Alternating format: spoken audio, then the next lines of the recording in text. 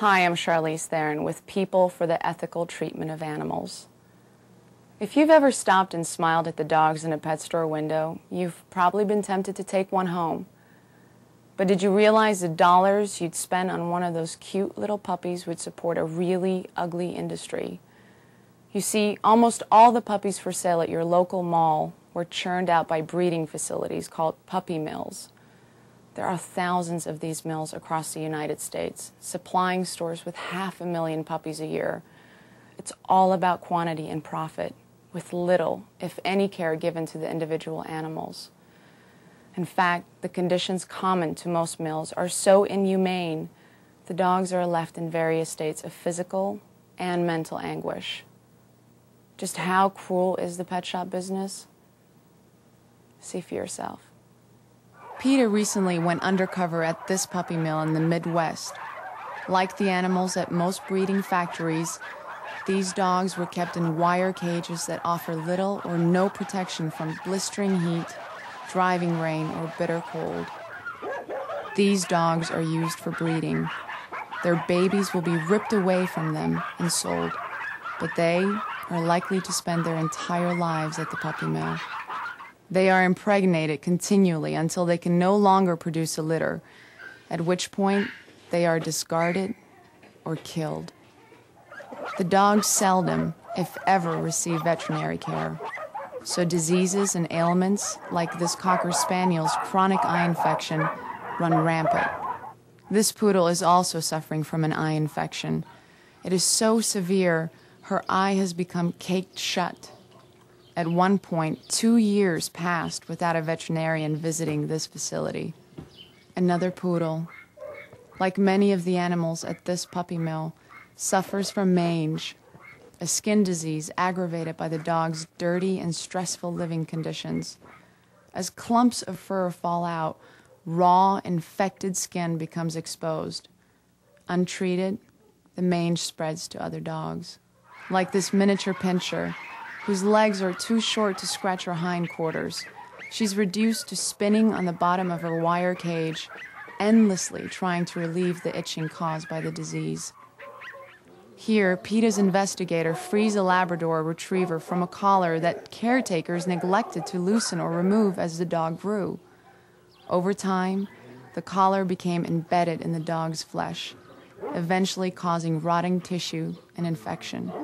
Amazingly, the puppy mill owner described this dog as one of her favorites. Dogs who are injured suffer indefinitely. Without proper veterinary care, injured limbs can heal improperly.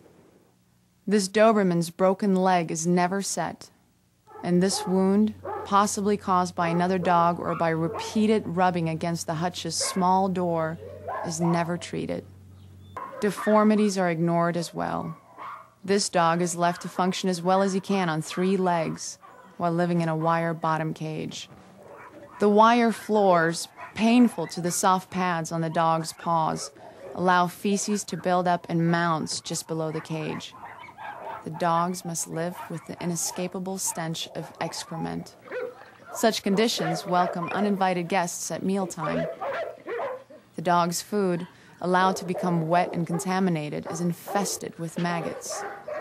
Feeding time presents yet another trauma for one of these Pomeranians. She's being terrorized by her cage mate, who will not allow her to eat. The uncaring way the dogs are grouped together not only makes such behavior common, it violates the Animal Welfare Act, which requires breeders to separate aggressive animals from others. Sooner or later, constant confinement drives the dogs mad. Some begin to bounce off the walls, literally. Others pace, not just for short periods of time, but constantly. Deprived of proper exercise and companionship, this is the only life they know. Their whole world is confined to a small cage. For many of the dogs, that inescapable reality sends them spinning endlessly in circles. Although the speed at which this dog spins further into madness seems unreal, the tape is being shown at normal speed. Every animal at the puppy mill has a story of confinement, neglect, injury, or disease. And there are hundreds of dogs. So many, in fact, dogs like this one are routinely overlooked, even though someone has left a note that reads, "Don't forget this dog." Please don't forget that dog, or the millions of others trapped in puppy mills across the country.